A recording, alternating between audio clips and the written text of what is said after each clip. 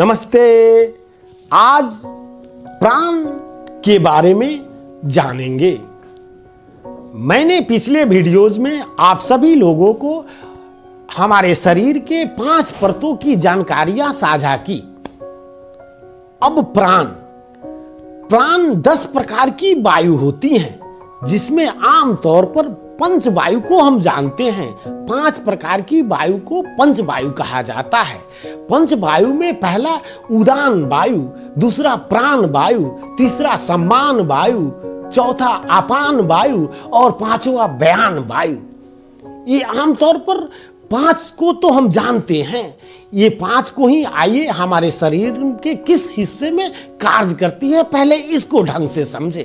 पहला उदान वायु, जो हमारे गर्दन से ऊपर मस्तिष्क का जो हिस्सा है, ये उदान वायु का क्षेत्र हो जाता है। जो हम अपने हाथों को उठा रहे हैं इन कंधों से, या जो भी इस तरह की एक्टिविटीज है, आंखें चलाना, उठाना, बोल, ये सब उदान वायु के कारण संभव हो पाते हैं।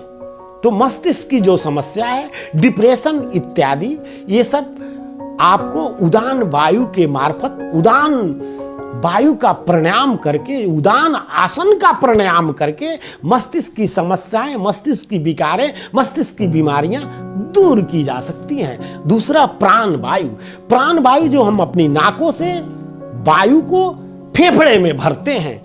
हम वायु को प्राण इसलिए कहते हैं, जब कोई व्यक्ति गुजर जाता है, जब किसी व्यक्ति की स्वर्गवास हो जाती है, तो लोग कहते हैं उस व्यक्ति का प्राण निकल गया। प्राण निकल गया है मतलब क्या? वायु ही सिर्फ नहीं निकली, वो चेतना निकल गया। वो चेतना इंस्टिंक्ट जो उसके अंदर था वो निकल गया। अब सिर्फ स्थूल शरीर ही बच गया, जो कुछ घंटों में बदबू आने लगती है उस शरीर से। तो मेन महत्व प्राण का है। जब प्राण ही निकल जाए तो इस शरीर का, इस स्थूल शरीर का कोई वैल्यू नहीं है।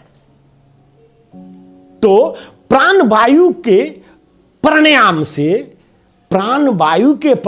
से आप हृदय के रोग को, ब्लड प्रेशर को, इत्यादि बीमारियों को दूर कर सकते हैं। अब तीसरी सम्मान वायु जो हमारे हृदय से, यहां से नीचे पेट वाली एरिया है, जहां डाइजेस्टिंग सिस्टम है, जहां पचाने की हमारी प्रक्रिया है, चल रही है, वो सम्मान वायु का क्षेत्र हो जाता है। अगर सम्मान वायु का प्राणायाम अगर आप करें तो पेट की जो आपकी समस्याएं हैं, कब्ज होना, कब्जियत होना, गैस होना, बदहजमी इत्यादि वगैरह जो पेट के रोग हैं, वो सम्मान वायु के प्राणायाम से, सम्मान वायु के आसन को अगर करें, आसन के साथ प्राणायाम को करें, सम्मान वायु के आसन के साथ प्राणायाम को करें, तो पेट के सारे रोग छू मंत्र हो जाते हैं। तीसरा अपान वायु, जो पेट से नीचे कमर का हिस्सा होता है, ये चैम्बर जहां आपके गुर्दे है, मतलब किडनी है, जहां से मलमूत्र आप त्याग करते हैं, वो अपान वायु का एरिया हो जाता है। अगर अपान आसन को करके प्राणायाम को करें, अपान वायु के प्राणायाम को करें, तो आपके किडनी की समस्या, मलमूत्र की समस्याएं जो हैं, ये भी दूर हो जाती हैं। और आखिरी 5वीं व्यान वायु प्राण वायु का आधार है। व्यान वायु पूरे शरीर में है, जो प्राण वायु को सहयोग करता है।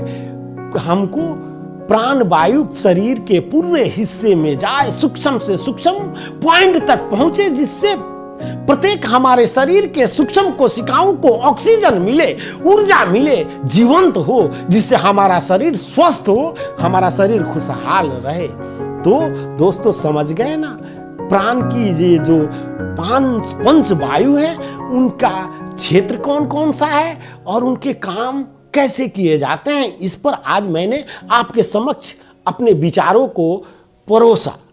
आप मुझे सब्सक्राइब अवश्य करें। आप विभिन्न इन आसनों को थोड़ी बारीकी से समझकर प्राणायाम करें। फिर 80 प्रकार कौन कहे, 100% बीमारियों से आपका दूर दूर तक कोई नाता नहीं होगा।